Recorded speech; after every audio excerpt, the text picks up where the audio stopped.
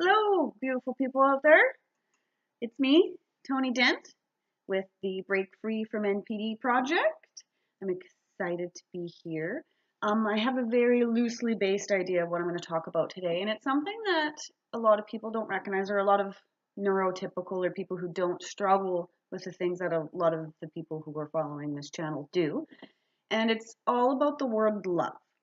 I was watching this video of someone who's a personal trainer and is trying to tackle the issue of body positivity movement.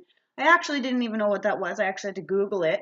But the reason I was so intrigued by it because what she had said in an original post that she had made on a Facebook page was about body positivity and how you should love your body and this type of thing, and then did another post, which was great. And I think it's all great what she's doing. So don't get me wrong on that. That's not it at all. And then did another post to kind of elaborate a bit because she got a huge response from that original post. So the next post that she made was about to not allow anybody to tell you what you should do or shouldn't do when it comes to your body or what you should expect or this and that.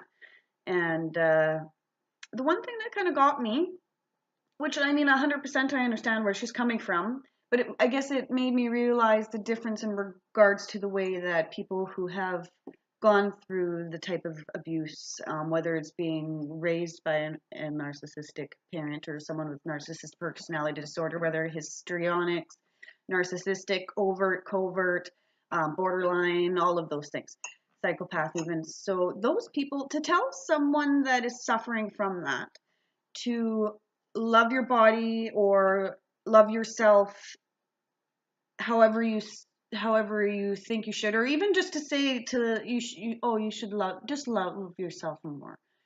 It's like it's it's very frustrating because it's like pouring hot water on your hands, basically. Like one of my favorite people in the world is someone named Richard Grannon with the Spartan Life Coach, and he had a really good analogy in regards to his post was about self-esteem, and in that he said that to go for someone who is suffering from CPTSD or CPTSR or whatever you're comfortable with, um, to tell them, oh, just feel more confident or say these things to yourself. It's like taking a person like us has you're supposed to have a self-esteem cup, so he says. And when someone tells you that, our cups are all smashed and broken. So saying, oh, just tell yourself it'll be okay.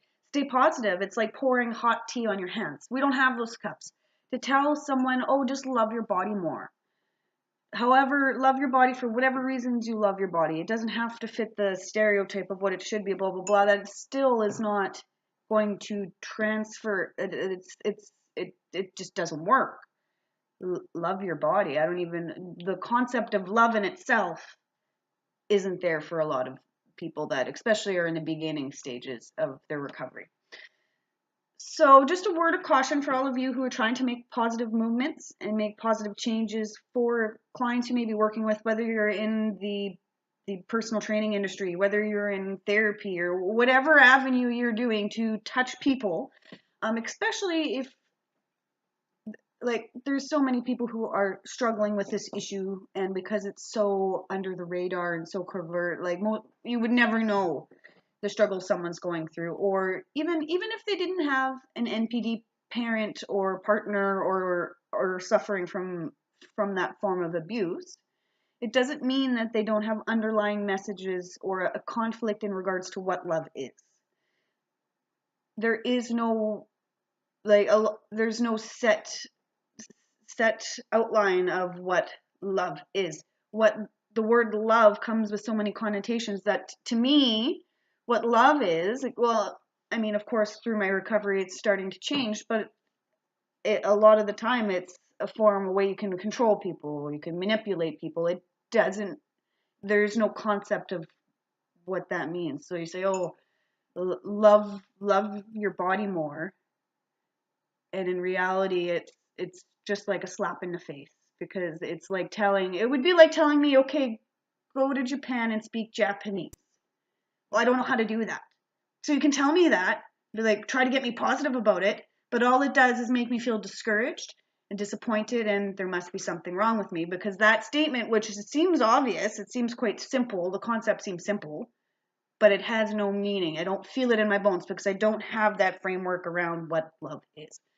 So the point of what I'm trying to say here in this quick little video is be careful how you use the word love. It's a word that has strong emotional context, and every single person is going to have a different concept of what love means. So you can say to someone, oh, love yourself more, or take care of yourself more. Well, a lot of us suffering from CPTSD don't know how to do that. We don't have those ingrained patterns that tell us, or we had no mirror or reflection of what that's supposed to mean. A lot of us grew up in a, oh, sorry, this is my cat, Neely. She likes to be involved in my chat. But yeah, that concept is lost on us. There is no concept, so all it does is just makes it more discouraging. And I got to tell you, people who are suffering from CPTSR need to take care of their bodies more. It's a big aspect. A lot of the time, we're very self-sabotaging and self-sacrificing because that's what's ingrained into us, and that's what feels normal. The fish doesn't know it's swimming in water because it's always been in water. It's the same type of thing. There is no concept. We have to make up our own concepts, and that's something that comes after a long period of time. That's not something that you just, when you first realize, oh my gosh, I've been narcissistically abused. Even that is a huge awakening, but that doesn't even touch the start of getting to the point where you can define what love is and really feel that deep down inside of you. It just doesn't touch that. In order to get there, you need to start taking care of your health, which includes your physical activity and the food that you're eating and getting enough sleep and, avoiding drugs and alcohol. They say caffeine, but I don't know if that'll ever happen to me. I love my coffee. But yeah, so just be careful. Just be careful, because the people who need the help most in the self-empowering, self-love, like all of the body positivity movement, all of that, the people who need that the most cannot grasp those types of messages that are being received, especially if it's someone who has a lot of body shaming or a lot of negative connotations in regards to the way that they look. I'm very thankful I haven't struggled much with weight in my life. Of course, I am a bit heavier now than I ever have been, but I've never had a long-term weight problem.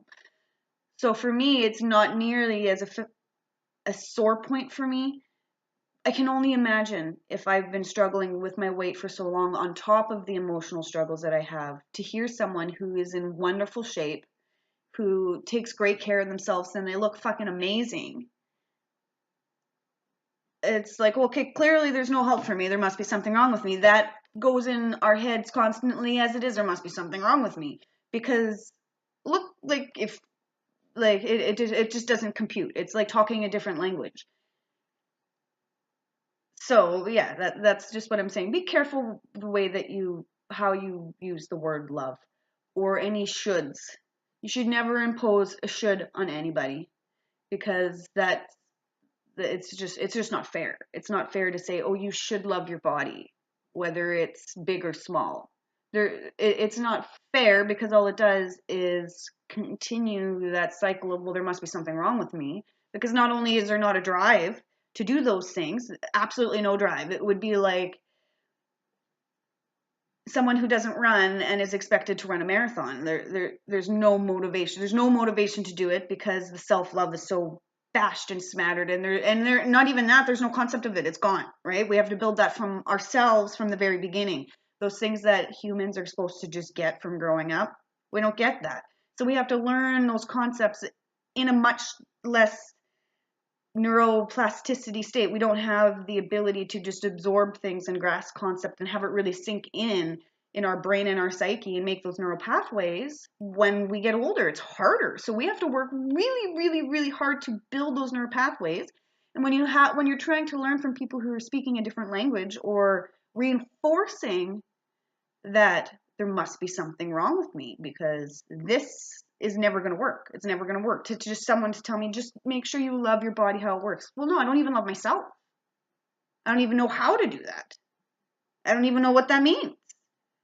So it's incredibly discouraging. It's incredibly discouraging. And people like that, like myself, who are still going through recovery through all of this, which I'm sure is going to be a lifelong process because of how hard it is to change those patterns and neural pathways. And it takes an enormous amount of dedication, which not a lot of people in this society like. We like the quick fixes. You want to lose weight, take this pill. Like, that's just the way society in Western culture, anyway, where I live, it is. So to have dedication not only is difficult in general, but it's even that much more difficult because it's not an expectation. It's not a social norm. So just be careful. Just be careful on how you're wording things, because the people who really need this, a lot of those services, whether it's in health, like taking care of your body and personal training, whether it's in mental health, um, whatever it may be careful with the words that you're using, because something that may not have which may seem perfectly healthy and positive, that you're telling someone to try to like fill up their cup. Well, we don't all have cups. We don't all have cups. The framework needs to be around how and why. Why would someone want to love their body?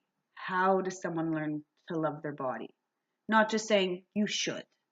Like, okay, well, I should also just know how to speak German when I go there on a vacation. I should just know. You should just know.